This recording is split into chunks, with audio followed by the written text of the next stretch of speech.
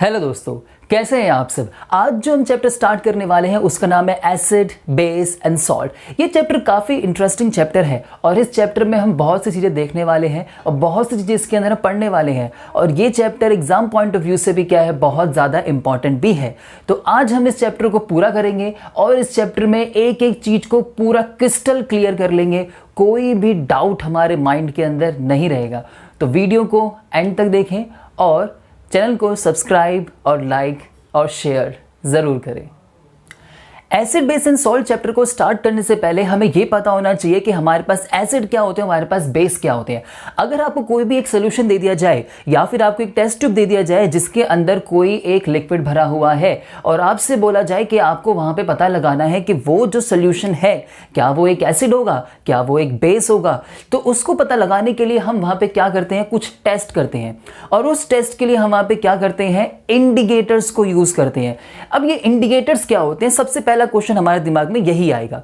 Indicators actually होते क्या है, ये हमारे पास कुछ डाई है। ये डाई क्या करती है, ये अपना कलर को क्या कर लेती है, बिल्कुल चेंज कर लेती है। कैसे? जैसे अगर हम क्या किया, हमारे पास ये जो इंडिकेटर है इसको हमने क्या किया, उस सॉल्यूशन में डाला जिसको हमें क्या करना है, टेस्ट करना है। तो उसमें वो क्या करेगा, ये इंडिकेटर्स अपना कलर चेंज कर लेंगे। ये इंडिकेटर्स अपना कलर चेंज कर लेंगे जब उसको एसिड में डाला जाएगा और जब उसको किस में डाला जाएगा, बेस में डाला जाएगा। तो ये इंडिकेटर्स हमें ये बता देंगे कि हमारे पास जो सॉल्यूशन है या तो वो क्या होगा, एक एसिड, या तो हमारे पास क्या होगा, एक बेस। अब इसके बेस पे क्या करते हैं, इन इंडिकेटर्स को हम तीन टाइप से क्लासिफाई करते हैं। सबसे पहला जो हम यहाँ पे क्लासिफिकेशन पढ़ते हैं वो पढ़ते हैं हम लिटमस।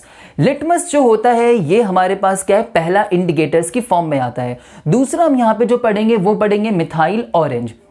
मिथाइल ऑरेंज जो है ये हमारे पास क्या है, ये एक सोल्यूशन की फॉर्म में होगा। फिर तीसरा है हमारे पास फिनोप्थिलीन। फिनोप्थिलीन जो होगा ये भी हमारे पास एक इंडिकेटर है जो कि हमारे पास किस फॉर्म में होगा, सोल्यूशन की फॉर्म में होगा। एक और बात मैं यहाँ पे ऐड करना चाहता हूँ कि बहुत से लोगों को ये कंफ्यूजन रहती है कि लिटमस जो होता है वो हमें से पेपर की फॉर्म में मिलता है। ऐसा नहीं है।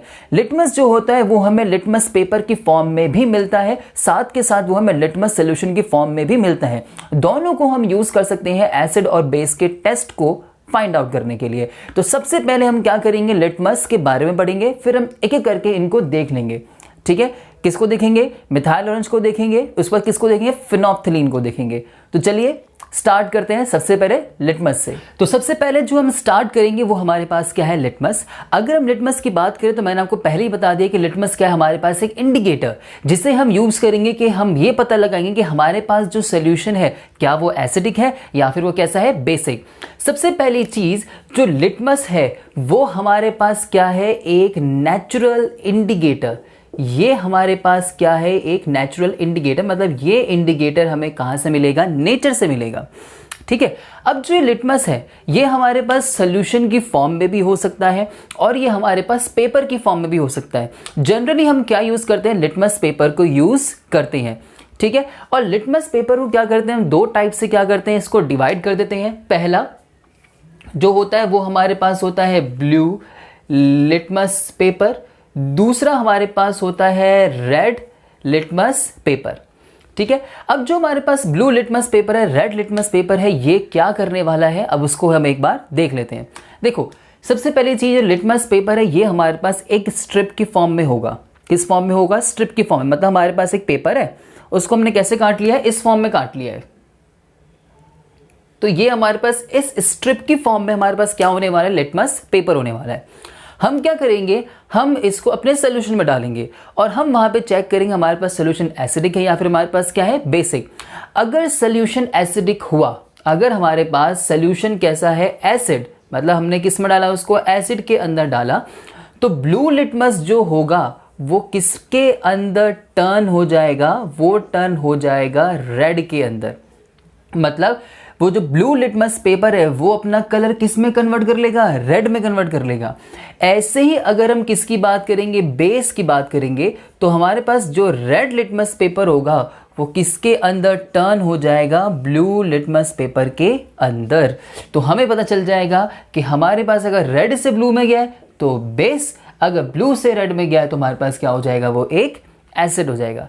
ऐसे एक क्वेश्चन पूछा जाता है जिसको मैं आपको थोड़ा सा बता देता हूँ।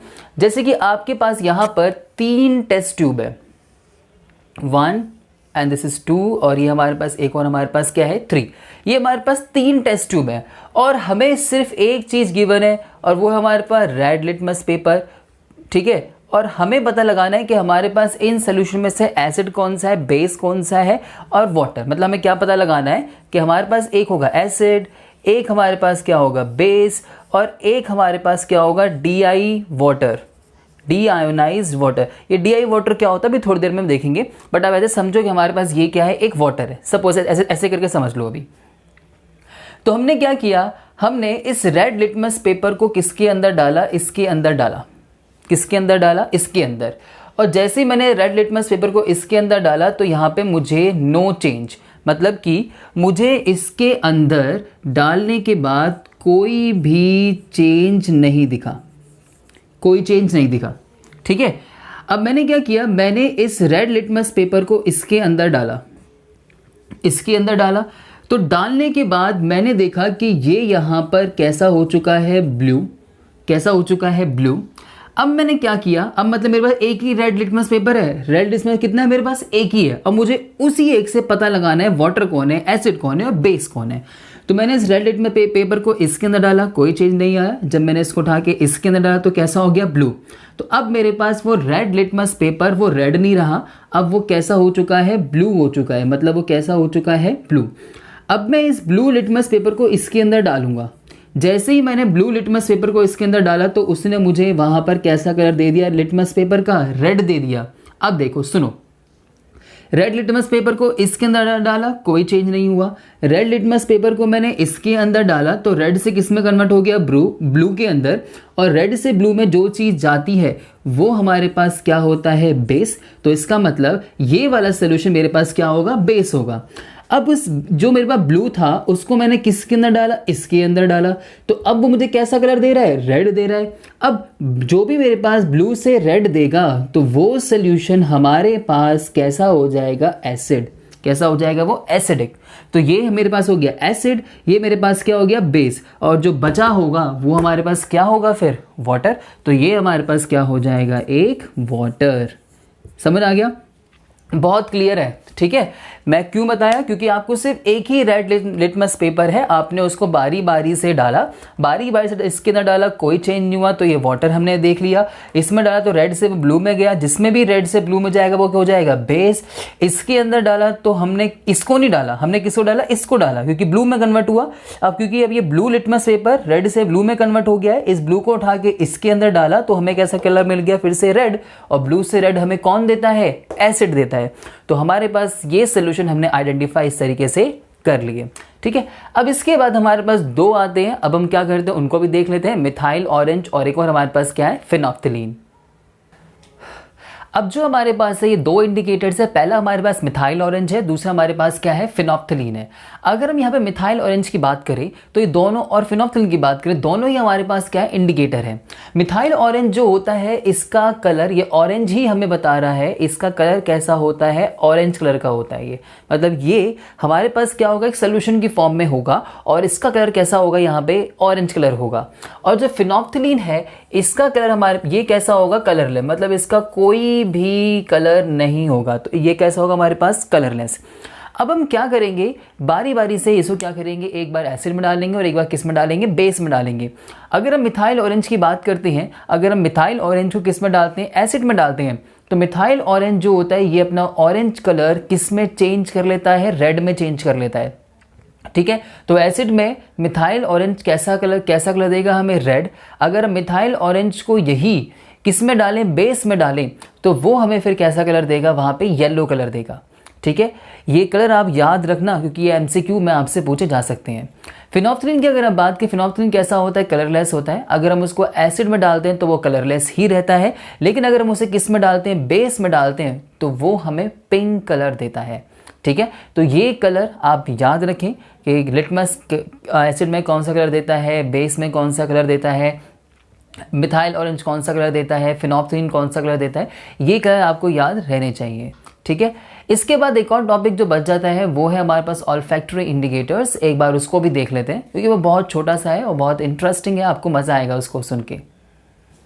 ऑल्फैक्टरी इंडिकेटर्स वो होते हैं जो कि किससे रिलेट करते हैं, स्मेल से। मतलब ये किससे रिलेट करने वाले हैं, स्मेल से। मतलब सेंस ऑफ स्मेल से ये क्या करने वाले हैं, रिलेट करने वाले हैं। ठीक है, इसमें हमारे पास क्या होते हैं, दो टाइप के हम क्या करते हैं, इंडिकेटर्स यहाँ पे यूज करते हैं। पहला जो इंडिकेटर हम यहाँ पे यूज करते हैं वो होता है अनियन, और दूसरा हम यहाँ पे क्या यूज करते हैं, वनीला एक्सट्रैक्ट।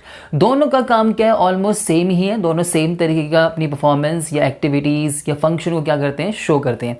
जैसे कि अगर हमारे पास क्या है, एक क्लॉथ है और उस क्लॉथ पे हमने क्या किया, अनियन को रगड़ दिया।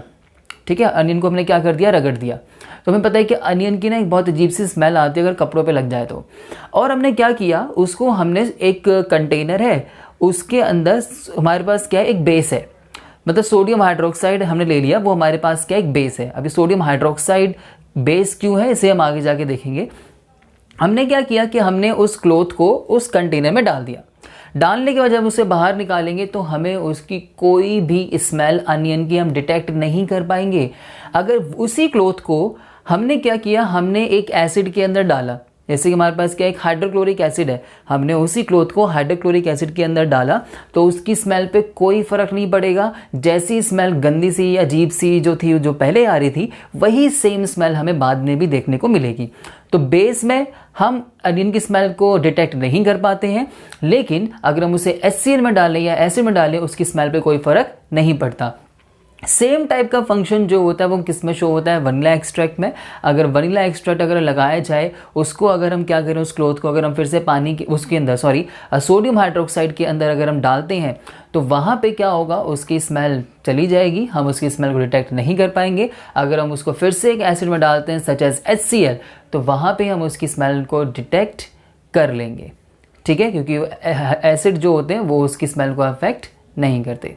ठीक है, अब चलते हैं हमारे नेक्स्ट टॉपिक कि एक्चुअली में एसिड क्या होते हैं और बेस क्या होते हैं। क्योंकि अभी तक हम देख चुके हैं, हम एसिड को आइडेंटिफाई कर चुके हैं कि अगर हमें सोल्यूशन को बताना होगा कि ये एसिडिक है और ये सोल्यूशन हमारे पास क्या है, बेसिक है। बट एसिड होते क्या है ये तो हमें पता होना चाहिए ना। तो हम नेक्स्ट टॉपिक जो करने वाले वो हमारे पास क्या है, एसिड। तो सबसे पहले जो हमारे पास है वो हमारे पास क्या है, एसिड। क्या होते हैं एसिड? देखो, जैसे कि अगर मैंने आपसे बोला कि आप एक लेमन लो, आप क्या करो, उसको काट दो। काटने के बाद क्या करो, उसके कुछ ड्रॉप्स को अपने माउथ में, मतलब टंग पे रख दो, तो आपको बहुत खट्टा सा महसूस होगा एकदम से। दरअसल उसके अंदर क्या है, एक एसिड है। जितने भी एसिड होते हैं उनका कैसा टेस्ट होता है, बहुत ही ज़्यादा सॉर टेस्ट होता है। मतलब बहुत ज़्यादा कैसा टेस्ट होता है, खट्टापन आता है। ठीक है, तो ये हमें किस में देखने को मिलता है, एसिड में देखने को मिलता है। ठीक है, तो एसिड के पास क्या होता है, हैव सॉर इन टेस्ट, या फिर ये बोल सकते हैं कि acids are sour in taste. जितने भी एसिड होते हैं उनका टेस्ट कैसा होता है, बहुत ज़्यादा खट्टा होता है। एक बात मैं आपको पहले ही बता चुका हूँ कि हमारे पास एसिड क्या करते हैं, अगर हमारे पास ब्लू लिटमस पेपर होगा तो ब्लू लिटमस पेपर किस में टर्न कर देते हैं, वो रेड लिटमस पेपर के अंदर। तो ये दो प्रॉपर्टी मैंने आपको भी बता दी है। इन दो प्रॉपर्टी को हम दोबारा से देखेंगे जब हम प्रॉपर्टीज ऑफ एसिड के बारे में स्टडी करेंगे। ठीक है, अब मैं आपको एक चीज़ बताना चाहता हूँ कि जो हमारे पास एसिड होते हैं, इन्हें हम क्या करते हैं, दो तरीके से हम क्लासीफाई कर देते हैं। एक होता है कि जब हम इसे क्लासीफाई करते हैं एज ऑर्गेनिक एसिड और मिनरल एसिड। ठीक है, क्या होते हैं ऑर्गेनिक एसिड और मिनरल एसिड? ऑर्गेनिक एसिड वो एसिड होते हैं जो कि हमें कहाँ से ऑब्टेन्ड होते हैं, एनिमल से या फिर प्लांट से। और मिनरल एसिड वो होते हैं जिन्हें हम कहाँ बनाते हैं, लैब में बनाते हैं, या फिर हम समटाइम ये बोलते हैं ये हमारे पास क्या है, मैन मेड है।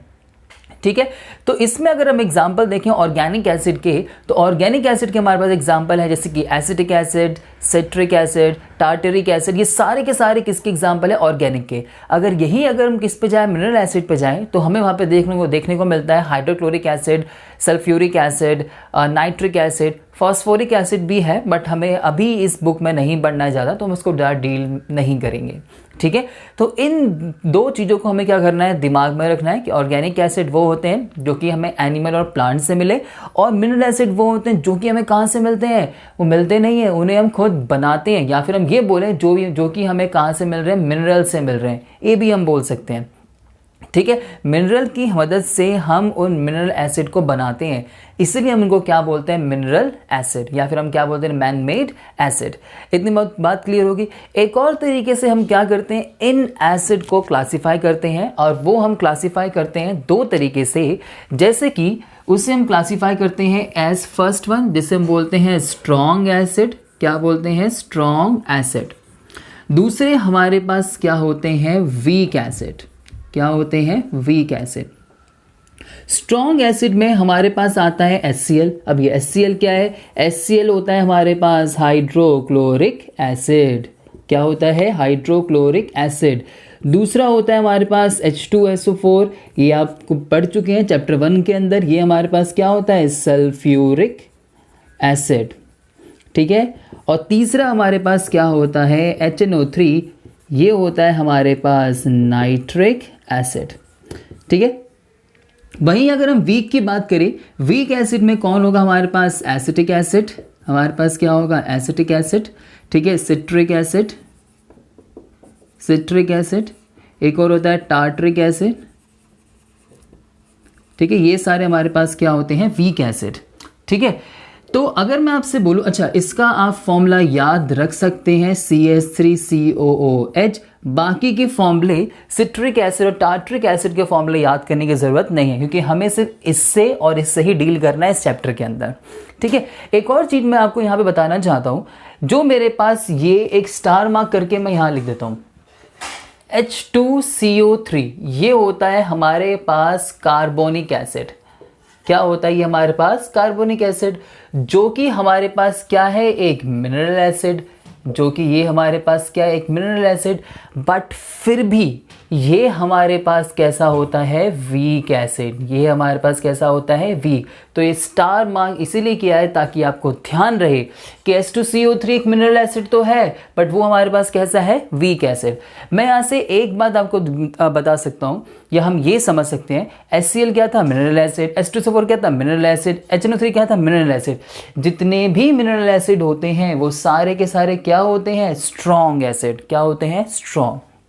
और ये सारे मेरे पास क्या थे, acetic acid, citric acid, tartaric acid, ये सारे मेरे पास क्या थे, ऑर्गेनिक एसिड। तो जितने भी ऑर्गेनिक एसिड होते हैं वो सारे के सारे मेरे पास क्या होते हैं, वीक एसिड। इसी वजह से weak acid, acetic acid, citric acid, tartaric acid, इन्हें हम फूड स्टफ के अंदर यूज करते हैं। इतनी बात क्लियर हो गई। ठीक है। अब यहाँ पे एक और टर्म हम पढ़ेंगे, कंसंट्रेटेड एसिड और डाइल्यूट एसिड। ये थोड़ा सा इंपॉर्टेंट है, क्योंकि आपको कई बार कंफ्यूजन भी रही होगी, ये कंसंट्रेटेड क्या है और ये डाइल्यूट क्या है। तो अब वो कंफ्यूजन आपकी नहीं रहेगी। ठीक है। तो अब हम क्या करते हैं, उसको एक बार देख लेते हैं। तो अब हम देखते हैं हमारे पास क्या है, कंसंट्रेटेड एसिड, और दूसरा हमारे पास क्या है, डाइल्यूट एसिड। ठीक है। क्या होते हैं ये दोनों के दोनों, एक एक करके दोनों को समझते हैं। कंसंट्रेटेड एसिड हमारे पास वो होते हैं जिनके अंदर पानी की मात्रा क्या हो, बहुत कम, बट उस एसिड की मात्रा क्या हो, बहुत ज़्यादा हो। पानी की मात्रा क्या हो, कम, बट एसिड की मात्रा क्या हो, ज़्यादा। तो उसको हम क्या बोलते हैं, कंसंट्रेटेड एसिड। वहीं अगर हम डाइल्यूट एसिड की बात करें तो उसके अंदर क्या होता है, पानी का अमाउंट ज़्यादा होगा, बट एसिड की मात्रा उनके अंदर क्या हो जाएगी, कम। तो उसको हम क्या बोलते हैं, डाइल्यूट एसिड। हमारे पास क्या होता है, हमारे पास एक्चुअली में कंसंट्रेटेड एसिड होते हैं, उन्हें हम क्या करते हैं, डाइल्यूट बनाते हैं। अब इसका मतलब क्या है कि हमारे पास एसिड होगा, कंसंट्रेटेड होगा, उसके अंदर क्या करेंगे, पानी को ऐड करेंगे। ठीक है। पानी को उसके अंदर क्या करेंगे, मिलाएंगे। तो यहाँ पे हमारे पास क्या होगा, वो बन जाएगा एक कंसंट्रेटेड से डाइल्यूट बन जाएगा। अब यहाँ पे एक क्वेश्चन आता है, क्या अगर हमारे पास, जैसे कि हमारे पास अगर ये एक बीकर है, इसके अंदर हमारे पास है कंसंट्रेटेड एसिड, और दूसरा हमारे पास है एक, उसके अंदर हमारे पास क्या है, वाटर। ठीक है। क्वेश्चन ये आता है, हमें एसिड के अंदर हमारे पास क्या है, इसमें एसिड है। ठीक है। हमें एसिड के अंदर पानी को डालना चाहिए, या पानी के अंदर हमें किसको डालना चाहिए, एसिड को डालना चाहिए। ये हमारे पास क्या, हम एसिड को पानी में डाल रहे हैं, या एसिड के अंदर हम किसको ऐड कर रहे हैं, वाटर को ऐड कर रहे हैं। इन दोनों में से कौन सा तरीका सही है। देखो, अगर हम क्या करते हैं, एसिड के अंदर वाटर को डालते हैं, ये रिएक्शन यहाँ पे क्या होती है, बहुत फास्ट होती है। और ये रिएक्शन यहाँ पे कैसी होती है, एक्सोथर्मिक। कैसी होती है, एक्सोथर्मिक। एक्सोथर्मिक कैसी रिएक्शन होती है, जिसमें हीट क्या हो, रिलीज हो, जिसमें हीट क्या हो, रिलीज। तो इसका मतलब हमारे पास कंसनट्रेटेड एसिड है, हमने ऊपर से पानी डाला, तो पानी डालेंगे बहुत हीट रिलीज होती है, इतनी अमाउंट में हीट रिलीज होती है कि उस कंटेनर से ही जो एसिड वो बाहर आने को हो जाता है। तो अगर वो एसिड अगर हम डाल रहे होंगे, तो अगर वो एसिड बाहर आ गया तो हमारे कपड़े जल सकते हैं, हमारा फेस जल सकता है, तो वहाँ पे हमें एसिड बर्न हो सकता है। तो हम क्या करते हैं, हम एसिड में वाटर को नहीं डालते। हम क्या करते हैं, हम वाटर में किसको डालते हैं, एसिड को, और वो भी हम कैसे डालते हैं, ड्रॉप वाइज। कैसे डालते हैं, ड्रॉप वाइज। साथ के साथ इसकी हम क्या करते हैं, स्टिरिंग करते हैं। इसकी हम क्या करते हैं, स्टिरिंग। मतलब हमारे पास क्या है, पानी है, हमारे बीकर ले लो, कंटेनर ले लो, उसमें हमारे पास क्या है, पानी है। हमने क्या किया, उसके अंदर एसिड को डाला, लेकिन वो कैसे डाले, ड्रॉप वाइज, 2 बूंद 3 बूंद, और साथ के साथ उसे हम क्या कर रहे हैं, स्टिर कर रहे हैं, उसे घुमा रहे हैं, ताकि वो जो हीट जो बन रही है, एक्सोथर्मिक रिएक्शन जो हो रही है, वो वहाँ पे फैल जाए, वो एकदम से बाहर की तरफ ना आए। ठीक है, तो हमें वाटर में एसिड को डालना चाहिए, ना कि एसिड के अंदर वाटर को। तो याद रहेगा, ये रिएक्शन कैसे हो जाती है, एक्सोथर्मिक। हमें एसिड बर्न हो सकता है, और इसमें क्या होता है कि हम यहाँ पे रिएक्शन हीट तो रिलीज करती है, यहाँ पे हीट तो रिलीज होगी, लेकिन बट यहाँ पे वो हम क्या करते हैं, स्टीरिंग के साथ साथ ड्रॉप वाइज ऐड करने के साथ साथ यहाँ पे एकदम से स्प्लैश नहीं आता, एकदम से वो बाहर की तरफ नहीं आता। तो यहाँ पे हम क्या कर सकते हैं, इसको हम डाइल्यूट ईजिली कर सकते हैं, बट इस केस में डाइल्यूट नहीं कर पाएंगे, जल और जाएंगे। ठीक है, अब हम क्या करते हैं, हमने ये सारी चीज़ें देख ली, हमें देख लिया एसिड क्या होते हैं, हमें देख लिया स्ट्रॉन्ग क्या होते हैं, वीक क्या होते हैं, और हमें देख लिया कंसंट्रेटेड एसिड का मतलब क्या है और डाइल्यूट का मतलब क्या है। अब जो हम नेक्स्ट पढ़ेंगे वो हमारे पास क्या होगा, प्रॉपर्टीज ऑफ एसिड। तो अब चलते हैं किसके ऊपर, प्रॉपर्टीज ऑफ एसिड के ऊपर। अब है हमारे पास क्या, प्रॉपर्टीज ऑफ एसिड। कुछ प्रॉपर्टीज हम देख के आ चुके हैं, जैसे कि पहला, एसिड क्या होता है, हैव सॉर टेस्ट। इनका पास क्या होता है, सॉर टेस्ट, बहुत खट्टा टेस्ट होता है। दूसरी प्रॉपर्टी हम देख के आ चुके हैं कि ये क्या करते हैं, टर्न करते हैं ब्लू लिटमस को किसके अंदर, रेड के अंदर। ठीक है, तो ये चीज हम देख के आ चुके हैं। तीसरी प्रॉपर्टी है, एसिड के जो सॉल्यूशन होते हैं किसको कंडक्ट करते हैं, इलेक्ट्रिसिटी को। वैसे तो हमें इसको थोड़ा सा डिस्कस बाद में करना है, बट मैं आपको बता देता हूं, ये इसलिए कर पाते हैं क्योंकि ये पानी के अंदर, सोल्यूशन के अंदर किसको फॉर्म कर लेते हैं, आयंस को फॉर्म कर लेते हैं। इलेक्ट्रिसिटी कंडक्ट करने के लिए दो चीजों की रिक्वायरमेंट होती है, या तो वहां पे क्या हो, इलेक्ट्रॉन्स हो, या तो वहां पे क्या हो, आयंस हो। सोल्यूशन में हमें किसकी रिक्वायरमेंट होती है, आयंस की, और जो ये एसिड वहां पे क्या बना लेते हैं, आयंस, और वहां पे इजीली क्या कंडक्ट कर लेते हैं, वो इलेक्ट्रिसिटी को। इसको हम और डिटेल में देखेंगे बाद में, बट अभी आप इतना सा थोड़ा ध्यान रखो, ये इसलिए इलेक्ट्रिसिटी कंडक्ट कर पाते हैं क्योंकि ये क्या फॉर्म कर लेते हैं, आयंस को फॉर्म कर लेते हैं। और आयंस मैं बता चुका हूं आपको, आयंस हमारे दो टाइप के होते हैं। आयंस क्या होते हैं वैसे, जिनके पास क्या होता है, चार्ज, और दो टाइप से चार्ज हो सकता है, अगर प्लस होगा तो कटायन, अगर नेगेटिव होगा तो अनायन। ठीक है, फिर आता है कि एसिड अगर रिएक्ट किससे करते हैं, मेटल से, तो फॉर्म वहां पे क्या करते हैं, हाइड्रोजन गैस। इसको थोड़ा सा देख लेते हैं, जैसे कि फोर्थ वाली ही प्रॉपर्टी यहां बता रहा हूं। हमारे पास क्या है, एसिड है, हमारे पास क्या है, एक एसिड।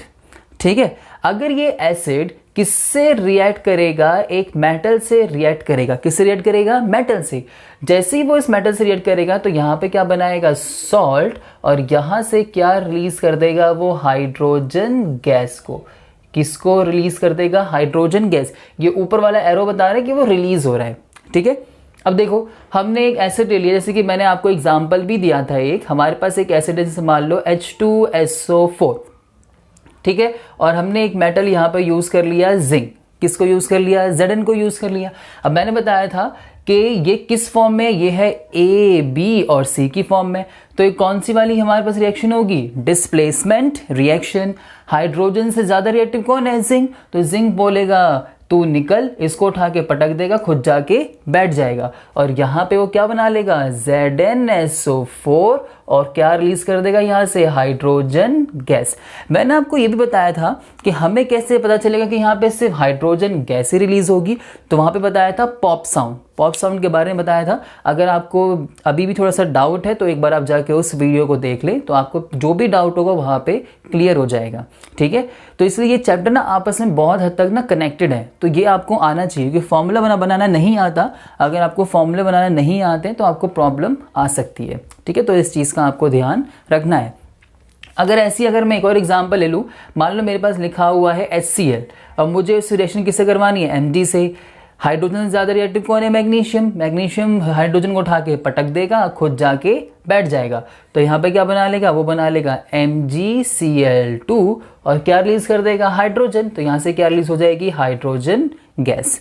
क्लियर हो गया, यहाँ तक कोई डाउट बिल्कुल नहीं है। आगे बढ़ जाते हैं। नेक्स्ट जो प्रॉपर्टी है उसको हम देखते हैं, जो कि हमारे पास क्या है, ये तो हम चारों समझ में आ गई ना। अब इसको नेक्स्ट प्रॉपर्टी के ऊपर चलते हैं। अब जो हमारे पास फिफ्थ प्रॉपर्टी है एक बार उसको भी देख लेते हैं। इसमें क्या होता है, हमारे पास एक होता है एसिड, हमारे पास क्या होता है एसिड, ये किससे रिएक्ट करता है, मेटल कार्बोनेट के साथ। किसके साथ रिएक्शन करता है, वो मेटल कार्बोनेट के साथ। और जैसे ही वो रिएक्ट करेगा तो यहाँ पे क्या बना लेता है, यहाँ बना लेता है सॉल्ट, और एक और चीज़ बनाता है यहाँ पर कार्बन डाइऑक्साइड। इतना ही नहीं बनाता, ये एक और चीज़ बनाता है, और वो क्या बनाता है, पानी। क्या बनाता है यहाँ पे, पानी, ठीक है। इसके बाद यहाँ पे एक और टाइप की रिएक्शन हमें देखने को मिलती है। अगर हमारे पास क्या है, एसिड है, और अगर हम इस एसिड की रिएक्शन करवा रहे हैं मेटल हाइड्रोजन कार्बोनेट के साथ, किस साथ रिएक्शन करवा रहे हैं इसकी, मेटल हाइड्रोजन कार्बोनेट के साथ, तो ये यहाँ पे बना लेता है सॉल्ट, और यहाँ पे बना लेता है कार्बन डाइऑक्साइड, और साथ के साथ यहाँ पर एक और चीज़ बनाता है, और वो हमारे पास क्या होता है, पानी, ठीक है। एक बात यहाँ पे ध्यान रखनी है, इस मेटल हाइड्रोजन कार्बोनेट का एक और नाम होता है, और वो नाम से भी आ सकता है, और वो हमारे पास नाम क्या होता है, मेटल बाइकार्बोनेट। इसका एक और नाम यहाँ पर क्या होता है, मेटल बाइकार्बोनेट, ठीक है। तो ध्यान रहेगा, एसिड मेटल कार्बन से रिएक्ट करेगा, सॉल्ट बनाएगा, कार्बन डाइऑक्साइड बनाएगा, पानी निकालेगा। एसिड या फिर एसिड रिएक्ट करेगा मेटल हाइड्रोजन कार्बोनेट के साथ, या फिर सेम नेम इसका ये भी आ सकता है मेटल बाइकार्बोनेट के साथ, तो बनाएगा सॉल्ट, बनाएगा कार्बन डाइऑक्साइड और बनाएगा पानी, ठीक है। एक एग्जांपल देख लेते हैं अब एक एक का। जैसे कि हमारे पास एक एसिड है, और हमने वो एसिड क्या ले लिया, HCl ले लिया, और हमारे पास क्या है, मेटल कार्बोनेट। अब मेटल कार्बोनेट क्या होगा हमारे पास, हम ले लेते हैं Na2CO3। ये हमारे पास क्या है, हाइड्रोक्लोरिक एसिड। क्या है ये हमारे पास, हाइड्रोक्लोरिक एसिड, ठीक है। और ये हमारे पास क्या है, सोडियम कार्बोनेट। ये हमारे पास क्या है, सोडियम कार्बोनेट। अब ये रिएक्ट करेगा, एसिड रिएक्ट करेगा मेटल कार्बोनेट के साथ, बनाएगा सॉल्ट, बनाएगा कार्बन डाइऑक्साइड, बनाएगा वाटर। तो ये यहाँ पे क्या बनाता है, ये यहाँ बनाता है NaCl, और क्या बनाएगा, CO2, और क्या बनाएगा, पानी। तो पानी का फॉर्मूला क्या होता है, H2O। ये हमारे पास क्या होता है, सोडियम क्लोराइड। ये हमारे पास यहाँ पे क्या होता है, सोडियम क्लोराइड, ठीक है। एक एग्जाम्पल अब एक इसका भी ले लेते हैं, ठीक है। हमारे पास है एक एसिड रिएक्ट कर रहा है मेटल हाइड्रोजन कार्बोनेट के साथ, तो हमारे पास जैसे कि लिखा हुआ है HCl, किससे रिएक्ट करेगा, मेटल हाइड्रोजन कार्बोनेट। अब ये हमारे पास क्या होता है, NaHCO3। इसको करने से पहले एक चीज यहाँ देखो, क्या ये रिएक्शन बैलेंस्ड है, देखो जरा, एक हाइड्रोजन, यहाँ पे कितने हाइड्रोजन है, 2, तो रिएक्शन तो बैलेंस ही नहीं है। तो यहाँ पे 2 है, तो यहाँ पे 2 कर देंगे, कितने हाइड्रोजन हो गए, 2 हाइड्रोजन। क्लोरीन कितने हो गए, 2, तो यहाँ पे एक ही है, तो इसे किससे मल्टीप्लाई कर देंगे, यहाँ पे 2 से। Na2 कार्बन 1 ऑक्सीजन 3 ऑक्सीजन यहाँ पे 3, रिएक्शन क्या हो गई है, बैलेंस्ड, ठीक है। अब इधर देखो, ये यहाँ पे क्या बनाएगा, सॉल्ट यहाँ पर क्या बनता है, NaCl। अब ये हमारे पास क्या बनाता है, कार्बन डाइऑक्साइड, और यहाँ पर क्या बनाता है, H2O। ये रिएक्शन हमारे पास ऑलरेडी बैलेंस्ड है। एक चीज यहाँ पर जो इंपॉर्टेंट है, दोनों रिएक्शन में निकलती है CO2। क्या निकलती है, CO2, ठीक है। और ये जो CO2 यहाँ से निकलती है ना, ये यहाँ पे बहुत तेज़ी से निकलती है, मतलब इसके में क्या मिलते हैं, ब्रिक्स एफरवेंसेस मिलते हैं। अब आप पूछो कि सर ये ब्रिक्स एफरवेंसेस क्या है। ब्रिक्स एफरवेंसेस का मतलब ये होता है कि बहुत ही तेज़ी से गैस जो है रैपिडली बाहर आ रही है, मतलब उसके बुलबुले जो है ना बहुत तेज़ी से बाहर की तरफ आ रहे हैं, ठीक है, तो उसको हम क्या बोलते हैं, ब्रिक्स एफरवेंसेस। और हमें यहाँ पे किसके ब्रिक्स एफरवेंसेस देखने को मिलते हैं, CO2 के। किसके देखने को मिलते हैं, CO2 के, ये याद रखना, ठीक है। अब इस पे थोड़ा सा और डिस्कशन है, एक बार वो भी देख लेते हैं। कई बार उस पे बेस्ड कॉन्सेप्चुअल क्वेश्चन बन सकता है, आ भी जाता है, तो हम क्या करते हैं, एक बार उसको कर लेते हैं। वो जो हमारे पास इंपॉर्टेंट एग्जांपल या इंपॉर्टेंट डिस्कशन जो मैं आपको बता रहा था, अब एक बार क्या करते हैं, उसको भी देख लेते हैं। देखो, जैसे कि मैंने बताया कि हमारे पास क्या है, लाइम वाटर है। अब लाइम वाटर क्या होता है, देखो हमारे पास क्या है, कैल्शियम हाइड्रोक्साइड। हमारे पास क्या है, कैल्शियम हाइड्रोक्साइड। ये हमारे पास क्या है, कैल्शियम हाइड्रोक्साइड। ये हमारे पास क्या है, कैल्शियम हाइड्रोक्साइड। इसी को बोलते हैं हम लाइम वाटर। क्या बोलते हैं इसको, लाइम वाटर। अगर ये एक्वस की फॉर्म में है तभी हम इसे क्या बोलते हैं, लाइम वाटर, ठीक है। हमने क्या किया, हमारे पास जो CO2 गैस है, हमने उस CO2 गैस को क्या किया, इससे पास कराया। CO2 गैस को हमने क्या करा, इससे पास कराया। जैसे ही हम CO2, अच्छा ये जो लाइम वाटर जो होता है ना, ये हमारे पास कैसा होता है, क्लियर सोल्यूशन। कैसा सोल्यूशन होता है ये हमारे पास, बिल्कुल क्लियर। कैसा सोल्यूशन होता है ये हमारे पास, क्लियर सोल्यूशन। जैसे ही हम इसमें कैल्शियम हाइड्रोक्साइड में CO2 को पास कराते हैं तो हमारे पास बनता है कैल्शियम कार्बोनेट, ठीक है। और ये हमारे पास कैसा होता है, सॉलिड फॉर्म में। और हमारे पास यहाँ पे क्या बनता है, H2O लिक्विड। ये हमारे पास क्या है, कैल्शियम कार्बोनेट। ये हमारे पास क्या है, कैल्शियम कार्बोनेट, ठीक है। जैसे अगर हमारे पास हमारा क्लियर सोल्यूशन था, हम उसमें CO2 को पास कराते हैं, ये क्लियर सोल्यूशन किस में टर्न हो जाता है, मिल्की। ये मतलब कैसा हो जाता है, मिल्की हो जाता है। कैसा हो जाता है ये, मिल्की, ठीक है। तो क्वेश्चन कुछ इस तरीके से आ सकता है कि आपको बताना है कि आपके पास एक सब्सटेंस X है, आपने उसमें से CO2 को पास कराया तो आपके पास एक सब्सटेंस Y बना। तो आपको बताना है कि आपके पास वो सब्सटेंस X क्या होगा और सब्सटेंस Y क्या होगा, कि जब वो Y हमें कैसा मिल रहा है, मिल्की बन रहा है। तो Y हम बता देंगे हमारे पास कैल्शियम कार्बोनेट है और X हमारे पास क्या है, कैल्शियम हाइड्रोक्साइड, ठीक है। इतनी चीज़ ध्यान रहेगी। और एक और चीज़, इस रिएक्शन को हम टेस्ट फॉर कार्बन डाइऑक्साइड के लिए भी यूज़ करते हैं। सेम क्वेश्चन ऐसे ही कुछ आ रखा है 2012 में, ठीक है। ध्यान रखना इस वाले को, इंपॉर्टेंट डाल के इसको याद रख लेना। इसमें एक और चीज़ आती है, अगर हमने क्या किया, इस कैल्शियम हाइड्रोक्साइड, कैल्शियम कार्बोनेट और वाटर के साथ हमारे पास क्या बना है, कैल्शियम कार्बोनेट सॉलिड, और हमारे पास क्या बना है, H2O लिक्विड। अगर यहाँ से हमने एक्सेस CO2 गैस को पास करा दिया, किसको पास करा दिया, एक्सेस। एक्सेस का मतलब क्या है कि हमने बहुत ज़्यादा हाई अमाउंट में किसको पास करा दिया, CO2 को पास करा दिया। तो इस केस में हमारे पास बन जाता है कैल्शियम हाइड्रोजन कार्बोनेट। क्या बन जाता है हमारे पास, कैल्शियम हाइड्रोजन कार्बोनेट। ये हमारे पास क्या बन जाता है, कैल्शियम हाइड्रोजन कार्बोनेट। अच्छा, ये जो मिल्की बना है ये हमारे पास कैसा बनता है, वाइट PPT। इसे कैसे भी PPT आती है, वाइट PPT। तो इसके पास हमारे पास यहाँ पर क्या होगा, वाइट PPT। बाद में जो भी PPT होती है, मैंने बताया था प्रेसिपिटेट क्या होते हैं, ये वो इनसॉल्युबल मास होता है जो कि सोल्यूशन से बिल्कुल अलग हो जाता है। तो ये क्या होता है, इनसॉल्यूबल। ये कैसा होता है, इनसॉल्यूबल। और यहाँ पे जो हमारे पास बनेगा वो कैसा हो जाएगा, सॉल्यूबल। जो वाइट PPT थी वो बिल्कुल गायब हो जाएंगी और फिर से हमें यहाँ पे मिल जाएगा एक क्लियर सोल्यूशन। यहाँ पे फिर से हमें कैसा मिल जाएगा, क्लियर सोल्यूशन। ध्यान रहेगा ये एग्जाम्पल, ये दोनों के दोनों को आपको याद रखना है, ठीक है। अब चलते हैं हमारी इसकी नेक्स्ट प्रॉपर्टी के ऊपर। अब जो हमारे पास नेक्स्ट प्रॉपर्टी है दैट इज प्रॉपर्टी नंबर 6, ठीक है। इसमें देखते हैं हमारे पास क्या है, एक एसिड है। हमारे पास क्या है, एक एसिड, वो किससे रिएक्ट कर रहा है, बेस के साथ। और बेस का एक और नाम क्या होता है, एल्कली। अब ये बेस एल्कली क्या होते हैं अभी हम थोड़ी देर में देखने वाले हैं। जैसे ही एसिड रिएक्ट करता है बेस के साथ तो वहाँ पे बना लेता है वो सॉल्ट, और साथ में एक और चीज़ क्या बनाता है, वाटर। क्या बनाता है वहाँ पे, वाटर। ठीक है, एक एग्जाम्पल लेते हैं। एग्जाम्पल से पहले एक इम्पॉर्टेंट चीज़, क्या है वो इम्पॉर्टेंट चीज़? वो इम्पॉर्टेंट चीज़ ये है, इस रिएक्शन को हम बोलते हैं न्यूट्रलाइजेशन रिएक्शन। क्या बोलते हैं इसको? Neutralization reaction. याद रहेगा, न्यूट्रलाइजेशन रिएक्शन। हमारे पास क्या है, एक एसिड है। एसिड हम मोस्ट कॉमनली यूज़ करते हैं किसको? हाइड्रोक्लोरिक एसिड को। इसी को यूज़ करते हैं, हाइड्रोक्लोरिक एसिड। ठीक है, और हमारे पास क्या है, एक बेस हम ले लेते हैं NaOH। ये हमारे पास क्या है, सोडियम हाइड्रोक्साइड। ठीक है, अब ये आपस में रिएक्ट करते हैं, क्या बनाते हैं, एक सॉल्ट यहाँ पे क्या बनता है, NaCl, और साथ में यहाँ से क्या निकल जाता है, पानी निकल जाता है।